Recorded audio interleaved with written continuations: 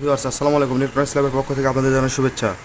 তো আজকে আমি যে বিষয় নিয়ে ভিডিও করতে আসলাম সেটা হলো এই যে একটা মসজিদের ঘড়ি। তো এই ঘড়িটাতে একটা ভুলবশত মানে জেনারেটরের লাইন মানে দিছিল। তো জেনারেটর স্টার্ট দেওয়ার সময় ভোল্টেজ বেশি পাওয়ার কারণে ঘড়িটার সমস্যা হয়ে গেছে। দেখেন কি সমস্যা আমি আপনাদের দেখাই। এই যে দিলাম, এই যে আমার কিন্তু এগুলাতে মানে যেগুলো বাংলা লেখা হয়ে লেখা এগুলোতে কিন্তু মোটামুটি আলো আসছে, কিন্তু আমার যে সেগমেন্টের এগুলোতে কিন্তু কোনো লাইট নেই, সেগমেন্টের কোনো লাইট নেই। ঠিক আছে, শুধু এইগুলাতে আলো আছে, লেখাগুলাতে আলো আছে। এই দেখেন, এই যে আলো বন্ধ হয়ে গেল, এটাতে আলো আছে, কিন্তু এই সেগমেন্টগুলোতে আলো নেই। তো এখন আমরা এটা খুলে রিপেয়ারিং করার চেষ্টা করব। তো এই সমস্যাটা সম্ভবত পাওয়ারের সমস্যা, কারণ যেহেতু ডায়নামো থেকে জেনারেটর থেকে ভোল্টেজটা বেশি পাইছে পাওয়ার কারণে আর পাওয়ার ট্রান্সফর্মার থাক বা আপনার হলো চার্জার থাকে, এগুলা এসএমপিএস থাকে, এগুলো নষ্ট হয়ে গেছে এটা সম্ভবত। তবে আমরা এটা মানে পিছন পার্ট খুলে তারপরে দেখে আপনাদের জানাইতেছি। তো আমি পিছন পার্ট খুলে নিয়ে আপনাদের মাঝে আসতেছি। তো আর দেখেন, আমি এই যে পিছন পার্টটা খুলে নিয়েছি, ভিতরে শুধু এলইডি দেওয়া আছে।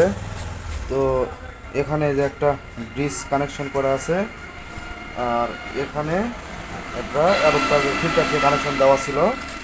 তো এই যে দেখতে পাইতেছেন, এই যে দেখেন ট্রান্সফরমার গতি কীরকম হয়ে গেছে, পুরো ঝাঁঝরা হয়ে গেছে। ঠিক আছে, তো আমি ভিতরে কী কী আছে আপনাদের দেখাই। এই যে এখানে যে লাইটগুলো ব্যবহার করা হয়েছে, শুধু এই লাইটটা আপনার হলো এই ইসের জন্য, মানে লেখাগুলো দেখার জন্য, লেখাগুলোর পিছনে এই লাইটটা দেওয়া আছে। আর মেন যেটা বোর্ড, সেই বোর্ডের পাওয়ার পাইতেছে কিনা আমরা এখন সেটা চেক করব।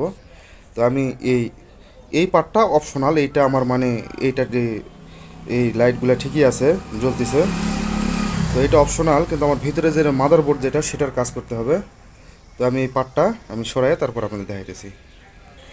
তো ভিউয়ার্স দেখেন, আমাদের এখানে যে ট্রান্সফর্মার আছে, এই ট্রান্সফর্মার পুড়ে গেছে। এই ট্রান্সফর্মার থেকে আমাদের এই পিছন পার্টের যে এর উপরে যে পার্ট থাকতো, এর নিচে যে মানে লাইটটা থাকতো, অর্থাৎ যেমন এখানে লেখা আছে, ওই লাইটটা জ্বললে লেখাটা দেখা যায়। তো ওই ওই আলো, তো ওইটাতে এই ট্রান্সফর্মার থেকেও লাইন দেওয়া ছিল, প্লাস এই যে এখান থেকে এই ব্রিজ ডায়োডের মাধ্যমেও সরাসরি এসি দিয়ে লাইন করা ছিল। ঠিক আছে, তো এইটার সমস্যা না, এটা আমরা এই ট্রান্সফর্মার চেঞ্জ করে দিব, আর ওখানে ব্রিজটা যেটা আছে সেটাই থাকবে। কিন্তু আমাদের মেন যে সমস্যা, যে কারণে আমাদের এই ঘড়িটা চলতেছে না, ঠিক আছে, এই ঘড়িটাতে দেখেন, এই যে এখান থেকে এই যে আপনাদের দেখায়, এই যে 220 ভোল্টের লাইনটা ঢুকছে। হ্যাঁ, এটা 220 ভোল্টের লাইন ঢুকায়, এই লাইনটা সোজা এখান থেকে চলে গেছে। যে দেখেন, এই যে এখানে যে চার্জার, এই যে চার্জারে ঢুকছে, এই যে চার্জার থেকে নিয়ে এসে এখানে লাগাইছে। তো আমরা এখন এই চার্জারটা চেক করব, চার্জার ঠিক আছে কিনা।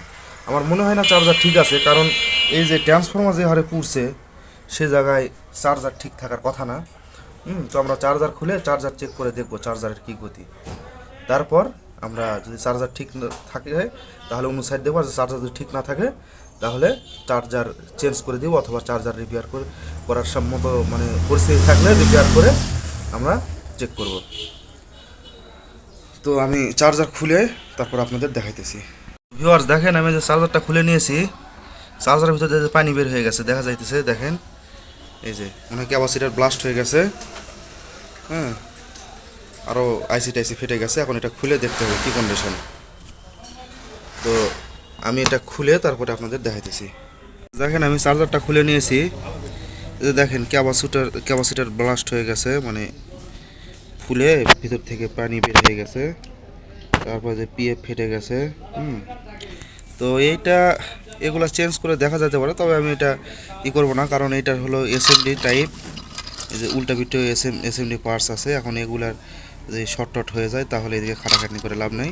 তো আমরা এই চার্জারটা চেঞ্জ করে দিব।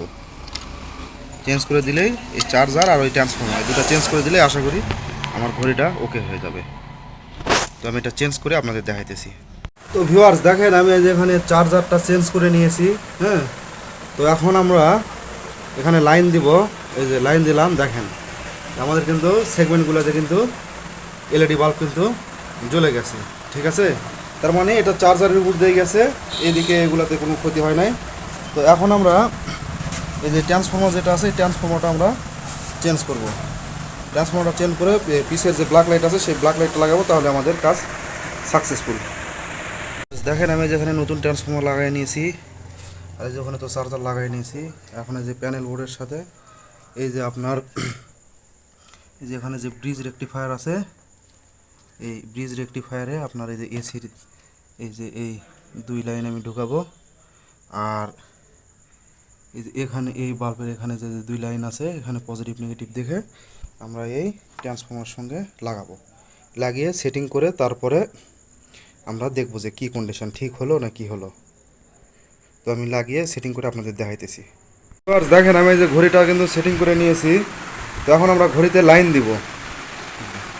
এই যে ঘড়িতে লাইন দিলাম, হ্যাঁ এই যে দেখেন চলে আসছে আমার, এই যে এগুলাও কিন্তু চলে আসছে। তো আমার কিন্তু এই যে এইগুলার এই যে এই 7 সেগমেন্টে এগুলোতে কিন্তু কোনো লাইন ছিল না, আর চার্জার পাওয়ারটা নষ্ট হয়ে গেছিলো। হ্যাঁ, আর আপনার হলো যে নিচের এগুলোতেও আলোকটাও কম ছিল, মানে ট্রান্সফর্মার দিয়ে লাইন আছে পুরো গেছিলো।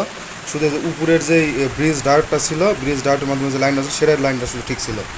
তো যদি এই তারাবির সময় এখন লোডশেডিং, এই সময় দেখা গেল যে এইরকম ঘরে যদি কারো থাকে যে জেনারেটর যদি দিয়ে চালান, হ্যাঁ যারা অনেক সময় বিদ্যুৎ চলে গেছে আপনারা জেনারেটর দিয়ে স্টার্ট করছেন, সেক্ষেত্রে দেখা যায় জেনারেটর স্টার্টিংয়ে কিন্তু ফোর্স বেড়ে গেলে কিন্তু ভোল্টেজ বেড়ে যায়, সেক্ষেত্রে কিন্তু এরকম পাওয়ার নষ্ট হওয়ার মানে সম্ভাবনা থাকে। ঠিক আছে, তো যদি কারো এরকম ভুলবশত এরকম সমস্যা হয়ে থাকে তাহলে কিন্তু আপনারা মেকারের কাছে না গিয়ে এই ভিডিও দেখে দেখে আপনারা কিন্তু সার্ভিসিং করতে পারবেন।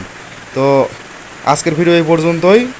যদি কারো বুঝতে সমস্যা হয় তাহলে অবশ্যই কমেন্টের মাধ্যমে জানাবেন। আর যারা আমার চ্যানেলটিকে সাবস্ক্রাইব করেন নাই তারা সাবস্ক্রাইব করবেন, লাইক কমেন্ট শেয়ার করবেন। সবাই ভালো থাকবেন, আল্লাহ হাফেজ।